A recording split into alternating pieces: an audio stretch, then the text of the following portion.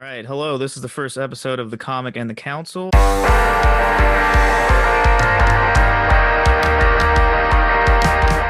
I am a comedian. My name is Renee Lancaster. And I am Jonathan Edwards. I'm an attorney of sorts. He's a real adult. I am not. Anyway, John and I have been friends since 2004. We lived together in Charleston, South Carolina, and we played in a band together during college until someone set our house on fire. Yeah, pretty much. Down in Charleston, South Carolina. True story. Why do you think he did that? Actually, I heard or I read that because there was a guy I worked with at his house had caught fire too. At the time, I didn't know about it, but Well, and then I read it was set on fire, yeah. and then I read later on that someone was going around during the summer times there and setting random places on fire. Yeah, I heard that too. Actually years later somebody got arrested for doing that at it was another group of students at the medical university there. And that guy, they actually found he was actually a contractor. And so he was like, he would go and like solicit the business after he set the place on fire, because it's a lot of old buildings around there. It's one of the oldest cities in America. So it's great work. That's brilliant. I mean, that's Like like if an evil. old, That's like yeah, a plot of a horror movie. yeah. I mean, that's pretty Holy much it. shit. So Well, I don't know if that was the same person, but the I guess it was the fire marshal that was actually there that morning. I think that's what he said. Um, or just the head of that group of firemen at the time, but he was in charge, and he told me that he was like, yeah, it's definitely on purpose because they clearly like barricaded the door. They had taken all the stuff from the porch and like moved it to the front door to start the fire, and then like block the front door. And that's how we got out, thankfully, right? Because yeah, you we actually had to get your keys for some other reason. That was the only way we could open up the back door because it was locked from the inside. luckily we had a back door, but it locked. Yeah, and luckily my shorts were right in the path of me running out the door, and I was in my underwear, and I figured, you know what, these are in my path. Let me just put these on. Also, it was middle of the night. I was half awake, so it was Yeah, it was about like 3:30 in the morning, I think. yeah. I wasn't thinking about it, and I think it's just natural reaction, like, oh hey, shorts are right there, put them on. Like I should probably put on clothes. Just yeah, that was wild. Um, yeah, luckily we had a back door because there was so much smoke, like I couldn't even see. Well, yeah, I mean, I was almost choking by the time we got out because I think we tried to go out the front door, and then Yeah. the Mhm. we didn't know what was there, and then like the backdraft hit it, so all this oxygen comes out from the inside of the building, and it just was like, right, like as soon as the door opened, it was Yeah, just it's just blew up. immediate smoke It was filled the like run entire up run house. upstairs, and from there, like you couldn't see anything. Thankfully, we just could feel our way to the back door and got out. But Yeah. And the funniest part of it was we were on the upstairs part of an apartment. It was two units. It was a downstairs and upstairs. We were upstairs, and our neighbors downstairs. One of them was already outside when we got out and like fully clothed, drinking beer. It's like, wait, yeah, was he out here when the fire happened, or like, did he start the fire? Like, what's going on? That was so weird because which yeah. seemed like I don't know, like So a whole minute to get out, but realistically, it was probably like what 30 seconds, and or I don't even know, yeah, but it it was was. And really so like nobody else would know this because I don't think we've said it explicitly, but this is downtown Charleston, South Carolina. So we're students of the College of Charleston at the time, which is like a relatively small liberal arts college, and the guys downstairs were at the Citadel, which is a military college. oh, that's And right. there was a stark difference between our two lives. For sure. I mean, we both had parties, but our parties were very different than theirs. Like we had like a bunch of band equipment upstairs, like on the third floor, and we'd have people over to jam and stuff.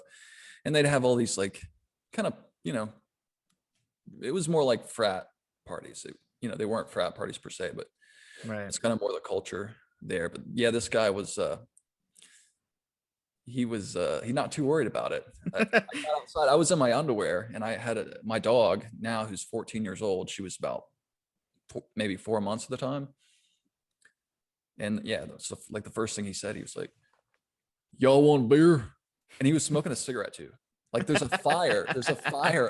Yeah, he lit it on the I flames. remember that. There we Yeah. go. All right, He it's a wasn't good just having a beer. cigarette. He was like smoking a cigarette in front of the fire. And he was just like, "Y'all want beer?" And I was like, yeah, because I Yeah. mean, I'm not anything else. I mean, like, I'm not having breakfast anytime soon. All my eggs are gone, presumably. And I'm going to have to, like, I think we all had to call into work to at least come in a little bit late, maybe, if not. Yeah, we were all in shorts or underwear, and he was fully clothed. He must have been awake, just like fully clothed, or just got, he maybe just got home, and then he saw the fire going. He's like, "Oh, better save the one thing I love, the beer." Right. He didn't, I mean, he probably didn't have our numbers or anything, but I don't think he was like yelling at us. Like, as far as, I mean, he was probably there while we were sleeping, right? Just having a beer, like Right. thinking, boy, I hope those boys want a beer. I don't think Yeah. he was worried about anything, but Yeah.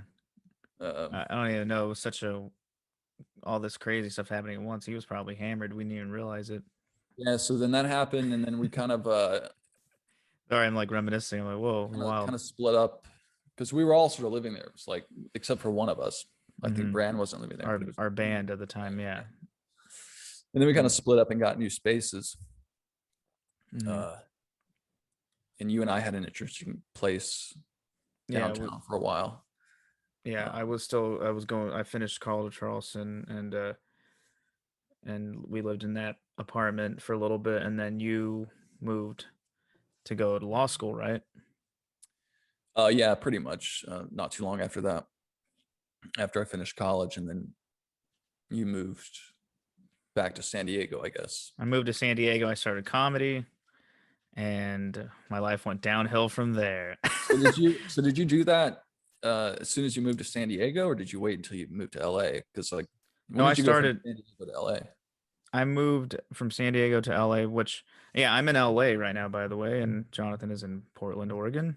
That's right. Yeah. It's a nice Downtown view, Portland, Oregon. nice view behind him, and I have my tiny studio. Oh, by the way, this is Pauly Shore and I, who I go on the road with sometimes, and that was in that was at Comic Con in Detroit, and this is me and the late Brody Stevens Oh, at Norm's on La Cienega. LA people know where that is. It's a diner, 24 hours. Good flapjacks. Good flapjacks. good flash. um, but what was I saying? You went to uh law school, and I moved to San Diego. I started stand up there, and then I moved to LA in 2013, and the rest Okay. is history. Yeah. So how long were you in San Diego doing that? Um, Just a couple of years then? 3.5 years, I think. So my question is this. So that's a good time period to be in something for a while, but not be too long to be like completely jaded and like not want to talk about it. So in those years, like, has it gotten easier Has it gotten easier or than when I first to started? work? Yeah, like, I mean, in what ways have things changed?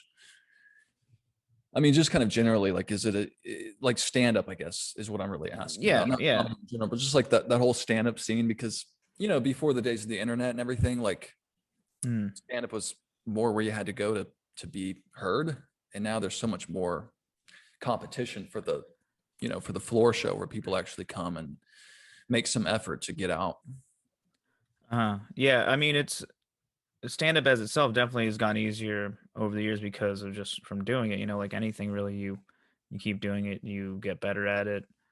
It's like practice. Anything you do, you get better over time, right? As far as like the stand up as a whole, like it's definitely different now, I'd say, right? Like from this may not be what you're asking, but like it's way different from, when it was like in the 80s, for example. Like I've read stories of people come to the comedy store where I work and, you know, doing a Pollock set, which is essentially the open mic slash workout night, and you know, getting offers for Tonight Show and sitcoms after performing on that. Oh yeah. Um, and that was like a huge deal. That is the equivalent of, they say today, like doing Joe Rogan's podcast, or probably, I don't know, something that is equally as popular. Um, Yeah, or just like doing stand up, right? Like, where now is, yeah, I you mean, can not doing do. stand up, but like doing the late night circuit. Like if you just do one, that's probably the way people jumped off now. Doing That's all there. anything, yeah. Yeah, that's all there was. There was no internet, but yeah, now there's the internet. There's so many platforms and social media apps. It's like, yeah, it's way different. Totally. Is there any app or is there any like method besides YouTube to actually like publish that kind of stuff? Like if you're a comedian, is there a better place than YouTube? Because it seems like there's so many companies that have kind of just consolidated all the power there is. So like Right. Google, No, that's a right? good question. I think some people use Patreon. I've never actually. Yeah, I've heard of that. So I wanted to ask Jonathan, who is a lawyer or attorney. Actually, what's the difference, or is that the same thing? I'm a dumb person. It's the Remember, I just same do thing. So comedy. basically, there's three things that you are allowed to call me. Okay, one is attorney, one Nice. is a lawyer. As long as you don't, as long as you say it with the right tone. I'm just kidding. But sometimes people, from I'm being from the deep south, sometimes people will tell you like, "Oh, you're a lawyer." Like they just learned something about you. Oh, you're one of them. Okay, he's a lawyer.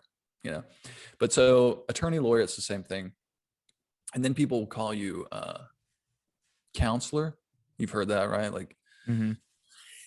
sometimes it's sarcastic, sometimes it's the opposite. It's like um, someone trying to be respectful, but it's all the same term. But I would basically bifurcate it into two roles. There's one like being your lawyer and attorney, which is kind of just helping you with the legal stuff. And then the reason you call them a counselor is that a lot of what we have to do is actually just kind of be your counselor. Hmm. And a lot of times that's actually what people are paying me to do. They don't know that when they come in, but that's actually what they need, is they need somebody to kind of just help them through while understanding different legal aspects of different issues and ramifications of taking this action versus another. But they also kind of need you to help them, just sort of navigate Hmm. the issues in addition to just the legal implications. Got it. So, So, somebody's got like a legal dispute with their neighbor. There's legal rules that deal with your boundary lines and like who can cut what tree limb and so on. But then also, people sometimes just need advice about like how to deal with their neighbor, like just from somebody who isn't interested in, somebody isn't like emotionally involved in the relationship with your neighbor, or the way your ex hurt you in the divorce, right? Like that's going to guide your thinking. And so that's kind of where the role of counselor comes into play. But to answer your question, yeah, there's three things you can call me: attorney, lawyer, and counselor. which one do you prefer? Uh, doesn't really matter. Attorney at law? Is that Yeah, I the mean, most of the stuff is really relevant with lawyers when it's just like informal writing. Like if you're going to right? write to me, like what should you say? Um, but I mean, I don't know many, good attorneys who are offended at Any you calling specific them. name? Yeah. Yeah. I mean, I think that's more important for just in American society, like for a doctor, like a medical doctor, and then Right. people who have PhDs, they expect to be called doctor. Um, and then lawyers actually, like a doctor, they sign their name if they want to say that they're a doctor. They sign it with an M and a D, MD, medical doctor, Right. and they sign their names like that. And if you apply for stuff online, like if you go to sign up for an account, it'll have that option, right? Like if you're a doctor, you can. Mm. And there's no option for lawyers, but the technical option would be Esquire. Esquire. Yeah. Yeah, and it's an ESQ period that you put at the end of the name, but nobody really does that because it comes from England. Mm. And in England, to be an esquire is kind of like being a gentleman or like being knighted. I did. Yeah. It's not an official ceremony, but it's a name that has to do with being like a gentleman who's like lived long enough to earn enough respect to be considered like a really truly classy professional, I guess. I'm not an expert on where how it's been used in England. So we kind of borrowed that and took it over here, but we're not really like that. Like we don't really believe in like being, an esquire, like a high society person That's above. 100% what you should go by is Yeah, you're right. So Esquire, and to be tell clear, everyone to like, address you as Esquire. yeah, so a lot of people will actually say it, when they get their bar results back, they'll post their name jokingly kind of and be like, I'm now officially an Esquire. But you don't really call people that. It would be kind of weird if you came up to me and you're like, oh, hello, Esquire. I would just assume you were being a smartass, but I would, it, yeah, or you should just when you're like at a cocktail party or something, like introduce yourself. Hello, Jonathan Edwards, Esquire. yeah, right. Like somebody says your name and you're like, Yeah, yeah, it's and like then if somebody, if you're like at a university and you address somebody as Tina, and Mhm. she's like a doctor of philosophy, Right. she would say it's Dr. Smith or whatever her last name is. Mhm. But yeah, a lawyer wouldn't do that, but it would be funny if he did. Right. At a cocktail party. This is Jonathan Edwards. Esquire. Esquire. Thank you. Dr. Tina Smith, philosophy professor at Dartmouth. And anyway, so I wanted to ask Jonathan for you to share with us a funny or silly, I guess, legal inquiries that people have asked you about. Because I know you have um, mentioned a couple to me that just random questions people have asked you, and I'm just like, wow, there's some really dumb people out there, right? So if you're willing to share some of those, we would love to Yeah. hear them. Yeah. So there are a lot of dumb people, and then there's a lot of people and, Excuse and this has nothing to do with any of my actual clients that I've ever had. This is more like people just stop you. me. Oh, when they find out you're a lawyer, they're like, oh, hey, Yeah, let me ask they you just this. I kind mean, of I've done that. I'm guilty of that.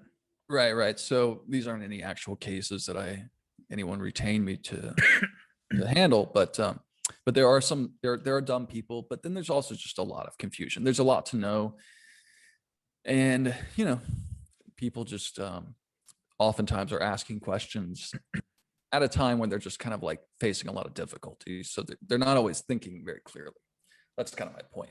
So not Right, right, everyone's dumb. Some people are just sort of emotionally distraught. right. But yeah, so one, I may have told you about this before, but like one time somebody asked me, I've actually gotten this question a few times, but it has to do with basically like the concept of contributory negligence or comparative negligence. And I won't try to give a lecture on those concepts here. It's not that interesting, but basically it's just the Uh, idea that like I hit somebody with my car, but I think like I ran the stop sign, but I think they were kind of acting stupid too. So I don't feel like I'm completely responsible. That's all it means. Like I ran the stop sign, but you also like dove headfirst into the intersection because right, your friends bet you to do it. All right. Like that's kind of a clear case. So then the question is just like, how much do I have to pay versus how much you have to pay for yourself? right. So it's not a silly question to ask, but a couple of people have asked me about like if they, like one person in particular said that they had run a stop sign, they were speeding, and they hit a pedestrian who rolled over the hood of their car. They were like seriously injured. Damn. And they asked me if they could sue them because they were still having nightmares about watching their body roll over the car. The person And so driving wanted to sue the, the other the, person. the person who was driving, who said that they were speeding and ran a stop sign and they hit a pedestrian, the view of their body rolling across the car was too much for them to take. Right? I couldn't stand their ugly body denting up the hood of my Mercedes. Yeah, and I don't know if they were driving a Mercedes, but it was Sure. too much. It was a whole body like rolling across their car, and so they. I don't doubt the PTSD, but I would imagine the other person's PTSD is much worse. Getting Well, you hit would by think, a but I mean, car. this person was speeding, so they hit him pretty hard. I mean, they might not remember. this person may be this person may be left with the only memory. But so the question really is like, did that person do anything? Right. Right. That's all that really matters. Were they at fault? It doesn't, and they weren't. And I asked the person, you know, Right. Sue Well, Shirley, he didn't how could run. you even determine that? Like, I feel like I have really bad luck in life, and that's like, I feel like that's like something that would happen to me where, like you said, some kids were like playing or something like that, and they like were daring each other to like swan dive into the intersection, and but then I hit this person, and how could I even, address the situation? So obviously the person that got hit is going to have, I feel like the upper hand, right? And just be like, oh, this person hit me. But how would you tell that? Right. So The only it way would would be just with like if basically, someone happened to film it, or like there was like some street cameras or something. sure. Well, it's always better if there's evidence, like hard evidence of what happened. Of So yeah, course. if somebody, if it was filmed, that's the best thing. But then other than that, But from watching sports that even video is not enough to please people, like a jury, right? I mean, you've seen Super Bowl sure. plays where the whole country is just like mad Yeah. as hell, or half the country, right? And the So ref's you still watch, like, nope, nope, that's that cult, right? Yeah. right? So like, so in this case, the reason I'm bringing it up as a funny story is because there was no evidence. I mean, the person was telling me, they were like, I just nailed this person. And they're like, but I'm just upset and I want him to pay for it. I'm like, well, he probably can't pay for it anyways. But like, Right. why would we set up a scheme where you can get money back from, because you had to watch it's like shooting somebody and they're like, well, there was a lot of blood. I didn't realize the guy was a bleeder. I didn't realize he was on blood thinners. I have nightmares of all the blood. But Yeah. but other than that, how do you prove it? I mean, you don't. I mean, it comes down to, in that situation, who's what was your duty? If you're driving a car, you have a duty by law to stop at a stop sign.